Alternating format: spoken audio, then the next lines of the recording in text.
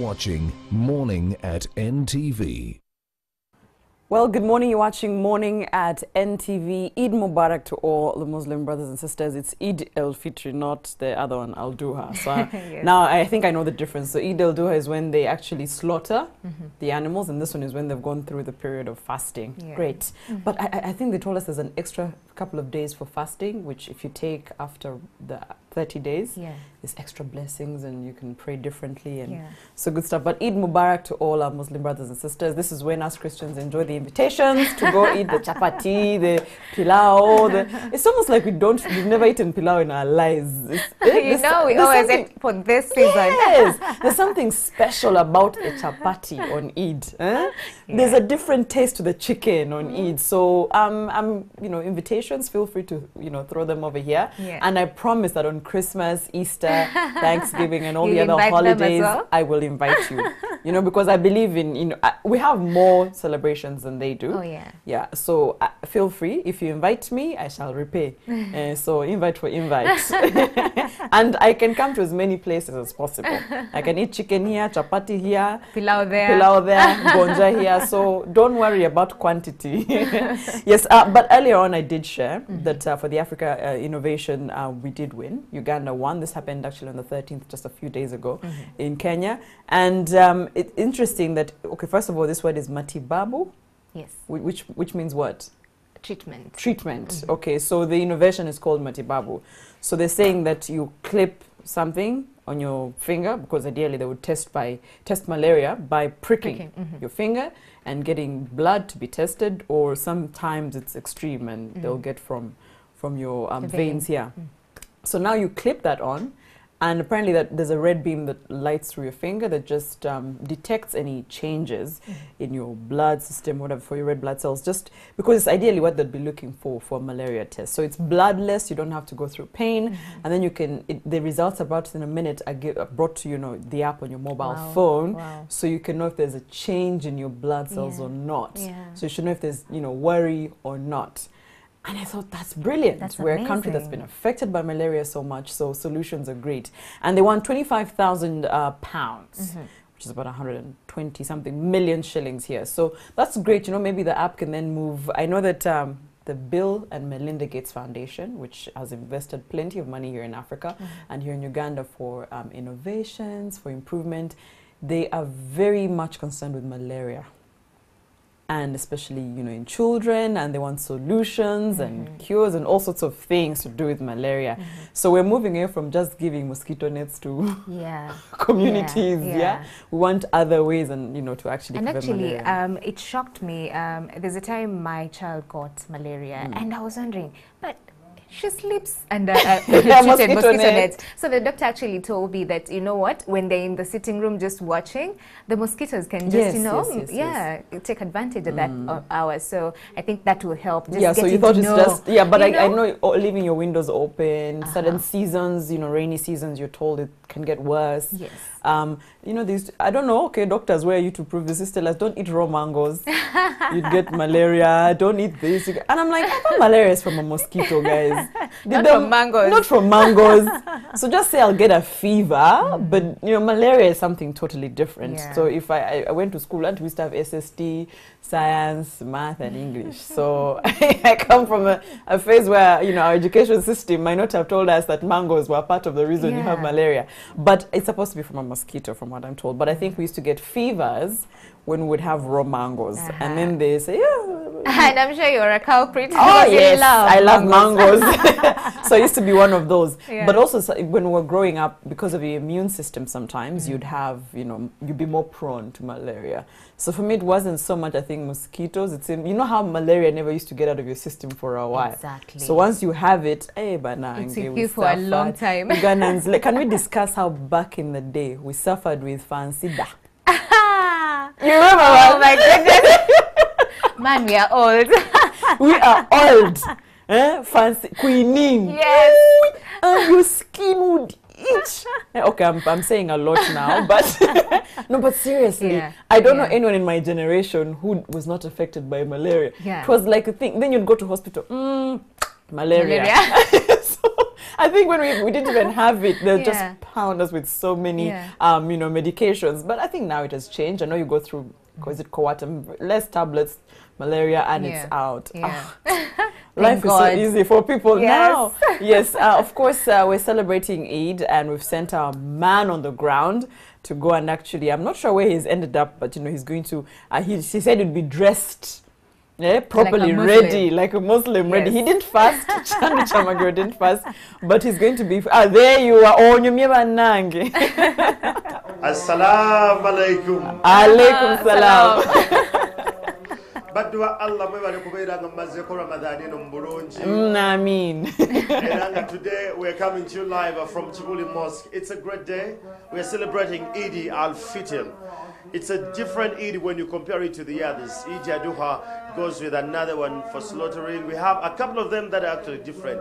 But this one, it's entirely for Ramadan. And we are at Chibuli Mosque, and we already have the takbir that is being already sounded. This one is entirely for Ramadan. It plays, actually it is sounded between now and until when the prayers are done. So today we're going to be having a couple of Muslim clerics here trying to give us a few insights on Islam, the belief, what are the organization like. But from the look of things, the organizations are underway. I can see a lot of energetic young men and ladies getting ready for the prayers later today.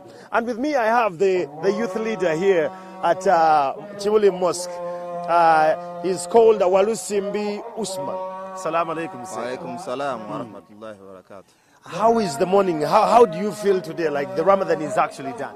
I'm happy because I've got my rewarded from Allah. I have to be happy because fasting is not very easy. I know. I personally, I can confess to that. It is never easy.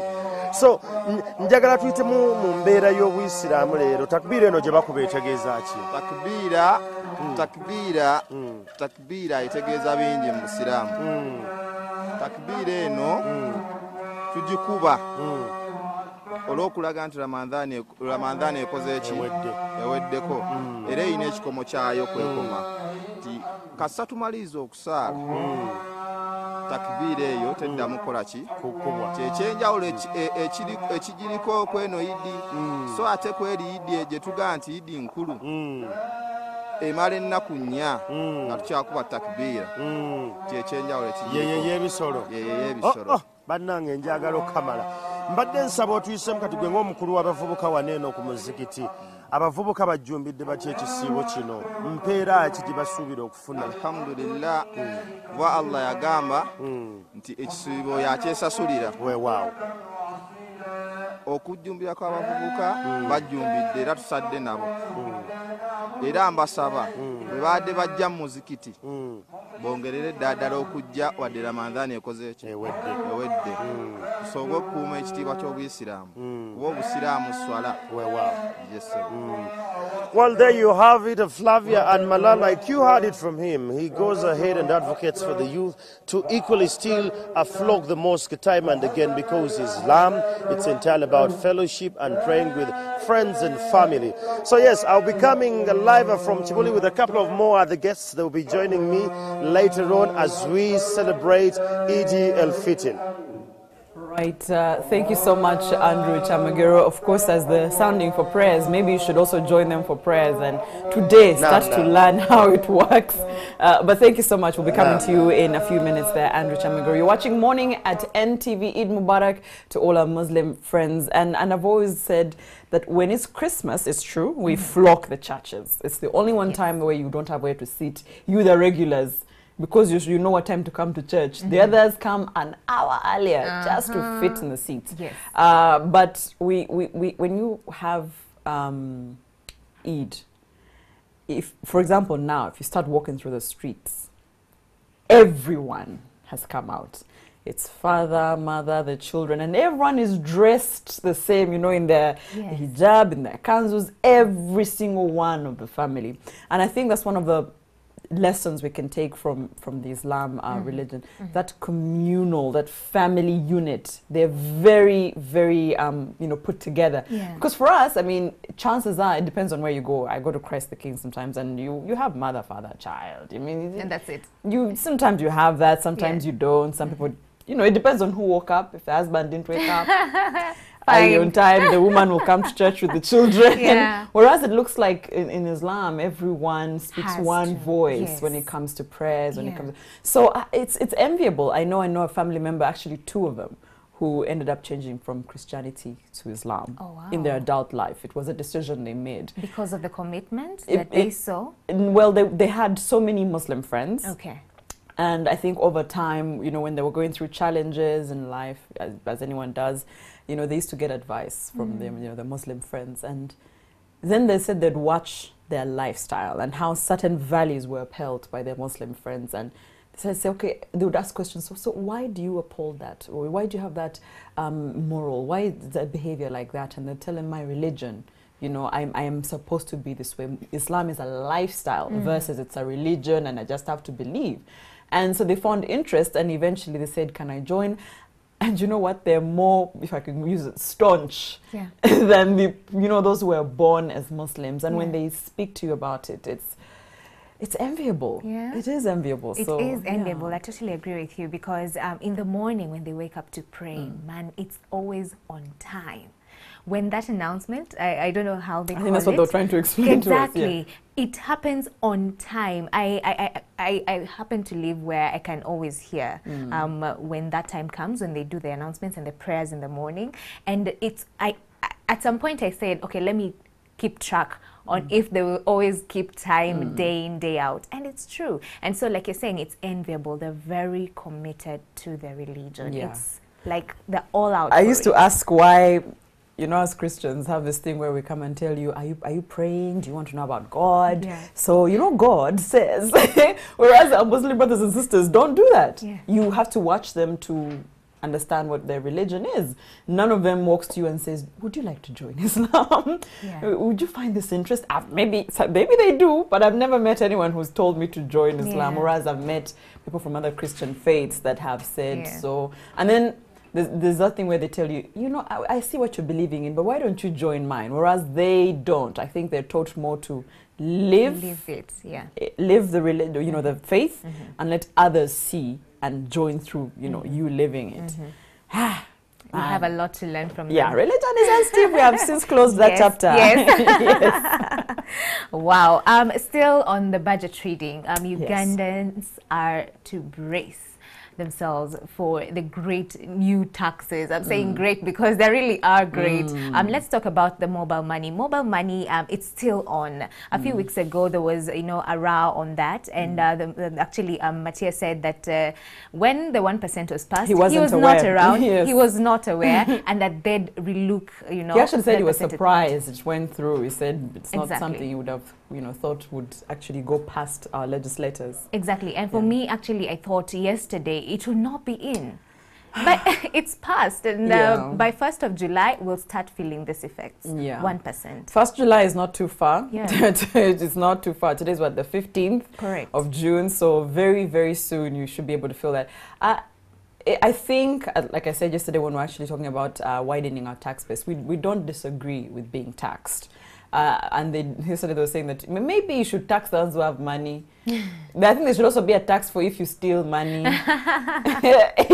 if we suspect you of embezzling our money, you should just get random taxes. Because, no, listen, 1% on every transaction, I think, is not favorable. It's not. And now, whereas it could have been 1% on, I don't know, per week or something. No, I think, for example, or a bracket of whatever you actually transact. Yes, certain transactions. Yes, because even in the banking system, there are so many charges. But I think there are certain charges. For example, I think depositing. There's depositing, there's withdrawing, then there's, you know, for example, you know, standing orders and all the other things. So you're charged for different things. Yes. Now with mobile money, there's me receiving money into my account. There's me sending money to someone. There's me paying for utilities, you know, or certain bills. And there's me, for example, buying like, airtime, internet bundles. So there's so many reasons why I will use my mobile money account, which will be regarded a transaction. Yes. So for me, that's where my issue is. They could have just said maybe on receiving money of a certain amount. Or sending money. And then keep it at just that, not on every single transaction. Because then the person receiving sometimes is someone who is hoping that 100K is 100K, because you know how that happens when someone says, send me 100K plus charges. So now it's plus charges plus the tax, please. Plus withdrawal. Yes. So please send me 100,000 plus the charges plus the tax plus the, it's going to be a lot. It's going to be a lot. I think it lessens the value of people's transactions now, and I don't know. I think people will stay on mobile money, to be honest.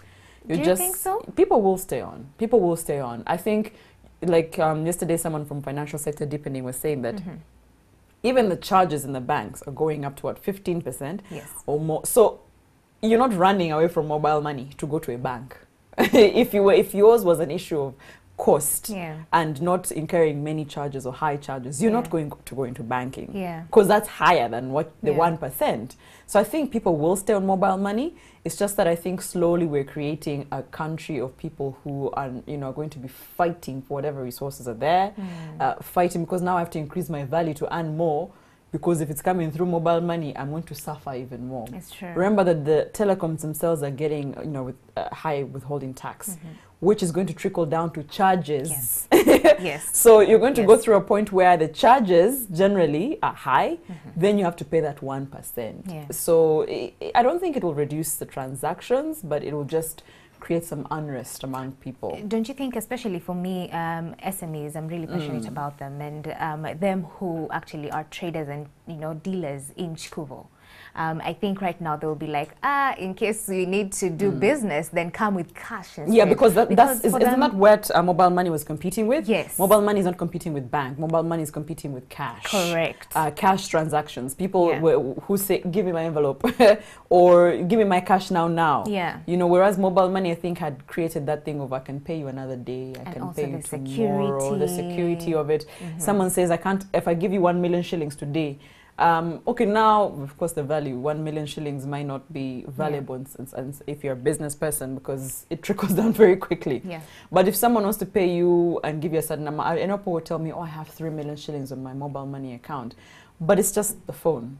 Even if they take it, they don't have, passwords and all that. But I guess you won't have less mobile money, but you're going to have more cash. So it's probably going to be less amounts on mobile money and more on cash. Cash but look at a distance. If I'm paying someone in Kakova, they're not going to be able to get a bus. True. Come to Kampala to then receive their cash, or wait for me to come to Mbarara to give them the cash. You see, so as much as we can go back to cash, it's not convenient. Yeah, convenience, especially when it comes to distance and all that. And so URA hopes to raise 115 billion shillings annually out of this. So, and they're actually saying that this will actually pass, and they think that they will be able to achieve and attain that target by the end of that financial year, because they're saying, they've put a number to it, we have 23 million mobile users in the country. So, yeah, I think let's see how it goes. We hope, but we still hope that it's brought down, because still 1% is on the higher side. Yeah. Let's go to social media. Still, it's past the 200 daily levy on social media, and so URA actually hopes to raise 284 billion shillings annually out of this. And so they're saying with this money, it will cater for lands and tourism ministry budgets. Why doesn't tourism sustain themselves, honestly speaking? But mobile money, I don't know if people understood that. Did they mention how they're going to, I know it's probably going to be off from the telecom side. Yes, yeah. But someone was saying, but our leaders, are they going to feel the pinch of the social media tax? And I said, are you trying to say your leaders don't use social media? Yeah. It's just like assuming that my MP is rarely on WhatsApp. Or on Twitter. They are rarely on Twitter, that I can tell you. But the social media tax, to be honest, this is a personal view, I feel like our leaders were tired of us having so many opinions online. And it might look like a way of curbing our opinions, but let me tell you, there's a time when the internet was shut down, social media was shut down. Yes. And in 2016, people with VPNs yes. still had opinions. So if it's opinions you want to shut down, that's not going to happen. That's not going to happen. But I feel like if people are unemployed, for example, and I can get a certain bundle that fits into my earnings, and I can go on Facebook, I can go on Twitter and say whatever I want to say. But I'm probably unemployed, sitting somewhere bored. And it has been my way of, you know, passing time, getting information and doing all those. And I'm not going to be able to afford 200 shillings, even if I'm to afford it maybe 3 days a week or 2 days. What am I doing in the other days? I feel like this is going to create a lot of idle people who can't afford that 200 shillings also. Let's, as much as, yes, they're saying too much on social media, maybe it was a way for them to, I don't know, access information, find things to do. And I hope, like you're saying, on the, you know, method of actually getting this 200 shillings, I hope they stick to the 200 shillings. Because me and you know, especially with some banks, when you have been charged on particular transactions, at times when you look at your statement, you are actually overcharged. So I hope it will I think they might look at this one over tweets, make it 800 shillings per day. Exactly. I don't think so. I think it might go to, we might get charged like airtime or something. Like, you know, so I don't think we might get those issues because, I mean, technical difficulties happen. But I feel like just charging generally for people to, it's wrong. It's alien. Yeah. It's alien. We're like the only country that is doing this, and it doesn't make sense. And I know it looks like what they're doing, the bloggers tax in Tanzania, because theirs is $900 a year. And I thought to myself, oh, is a blogger making that much? No. A year? Most of them actually don't, because when you, most of the beginners, especially in the blogging space, are people from university, or maybe they're already in university, you know, and they're like, I have a passion for writing, I want to start expressing myself. And you know, when you're in university, you're always told, get out there, start doing something extra. Show your expertise, show your skill. Show it to the world. So most of the bloggers are actually students still. And so that levy in Tanzania, man, it was quite unfortunate, but let's see. Yeah, but do you also think the surge of people who've been interested in using social media, it has grown definitely in Uganda, but do you think this tax will sort of, you know, tip it down? Do you think people will stop finding it as an interest? No? I don't think so. Oh, we like social media. I don't think so. Especially people who are employed and in their offices, they have free Wi-Fi. So people will be maximizing during the day to be on social media. I feel like there's so many other sectors in this country that could have been taxed. I feel like there's so many activities, if that is what they were looking at, that could have been taxed. So I don't know. I think they look to the wrong. Yes, we're majority using social media, but I think it doesn't make sense. It really doesn't make sense. But it's here, so we might as well get used to it. July 1st will knock very soon. It's very soon, actually. We are 15th of June, just a few days shy of that particular date. Beer lovers. They've also been targeted, and so they've been targeted for a long time. This is just another of the target. Another one, and so there'll be a 650 shillings tax on each liter of this particular drink. We won't mention it on air because, of course, of you know, advertising issues. But they're saying that this will attract 2.3 billion shillings, a collection of 2.3 we need that money. Billion shillings annually. So on that one, actually, I'm for it. We need that money. We need that money. We need it. And I know this a few years back when they were talking about tobacco and, you know, smoking, and they said, but it's very easy to make these people, you know, stop smoking. Just make sure it's expensive for them to actually access. And, you know, sometimes it's a thin line because they're business operating in these fields. So you make it hard for people to consume, you make it hard for the investor to make their money. So what do you do? What do you do? Are you going to start telling Ugandans 2 bottles per person? Do not exceed 2 beer bottles. You'll be taxed from your 3rd beer bottle. You know, you can't, you know, stop consumption because you have to, I think also when they're looking at taxes, as much as they do look at consumer habits. I'm very sure they do, which is how they end up with that. But consumer habits sometimes also, you need to look at reasons. Don't look at why I am using the fact that I'm using the internet. Yes. Look at why I have been driven to spend 90% of my time on the internet. Don't look at why I'm having more beers than I should have. Look at what leads people into that, So I think once they study those kind of trends, they might, they won't squeeze people. But I do believe that would be nice. Yeah. 3 bottles per Ugandan. And you're done after the third, for the night. You pay extra. And I think also some men are happy about this, because that will mean that you'll be telling your wife, if you are drinkers, this bottle of beer now it's more expensive. So we are budgeting. We are working on a budget. Let's do one bottle just think each. about it. Imagine if they did that. When you go to whatever bar or restaurant, whatever, and you buy beer or whatever alcohol, the first 2 are at a subsidized price. And then from the 3rd one onwards, Flavia, what are you trying to tell us? How do you know this information? No. I am just saying, if it happened, you'd carb. Okay, but Ugandans like to enjoy their lives. There's no way you might do that. Yeah. But we're pressed for time. Perhaps maybe just what's ahead on the show?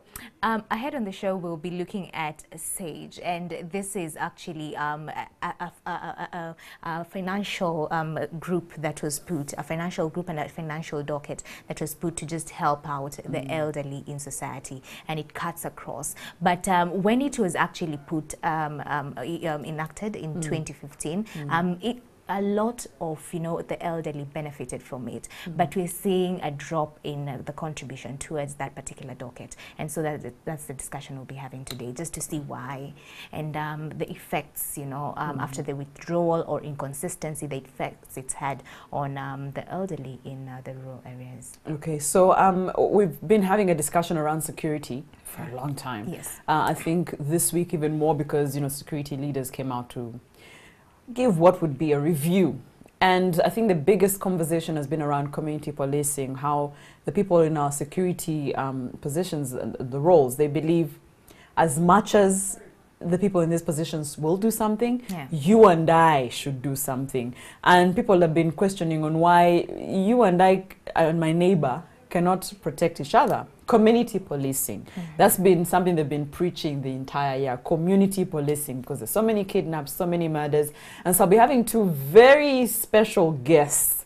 One is actually a mayor to tell us how this used to work, how it has worked in his constituency, and so much more. So community policing will be the discussion, of course. And as you know, Andrew Chamagiro is in Chibuli, of course, as we celebrate Eid and so much more. Remember, the hashtag is morning at NTV.